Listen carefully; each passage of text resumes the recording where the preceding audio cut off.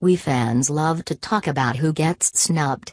There are 68 teams in the NCAA tournament and we argue about who is 69th and deserved to be there. With the NBA All-Star Game, there are always legitimate snubs, and with the Western Conference so ridiculously deep this season, good players were going to get left out. Just picking my reserve choices for a podcast felt brutal. We now know the All-Star Game starters and reserves, so who got snubbed? Here are the top 5. 1. Lou Williams, Los Angeles Clippers. Los Angeles has been devastated by injuries this season, not to mention losing Chris Paul in the off-season, yet they are still in the playoff hunt in the West, and the main reason is Lou Williams. The leading 6th Man of the Year candidate is averaging 23.3 points per game, 5.3 assists a night, and is shooting better than 40% from 3. He had a red-hot January so far, averaging 29.2 points per game. This may be a case where Damian Lillard got the nod from the coaches for his multi-year body of work. He's been good a long time, but Williams is having his best season ever and has a great case. 2. Chris Paul, Houston Rockets. He likely didn't get selected because he has missed 17 games this season, but Stephen Curry missed 15 and is a captain. When CP3 has played, he's been brilliant, averaging 19.1 points and 8.9 assists per game. He's been crucial to improving the Rockets' defense this season, and when he is on the court, the Rockets outscore opponents by 10.9 points per 100 possessions. The Rockets are 23-5 when he plays. Houston is the second best team in the NBA, they should have more than one representative tonight.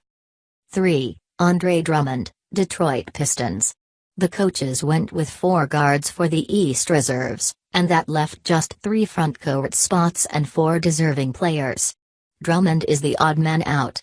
Which sucks. He is averaging 14.3 points per game on 54% shooting, and he remains the best rebounder in the game today, pulling down 15 a night.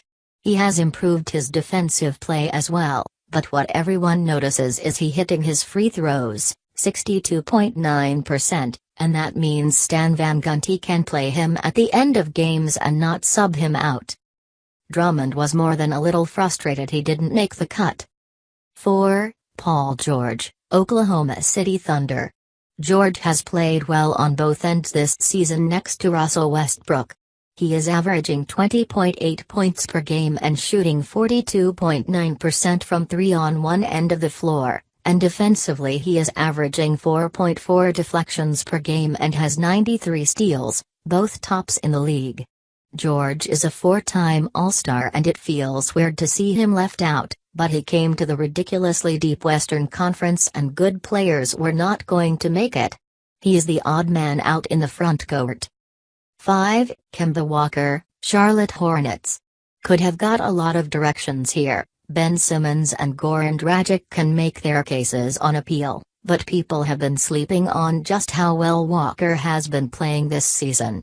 Walker is averaging an efficient 21.8 points per game, dishing out 5.9 assists per night, and when he is on the court the Hornets outscore teams by 5.1 points per 100 possessions. That's better than the Celtics or Timberwolves' net ratings for the season.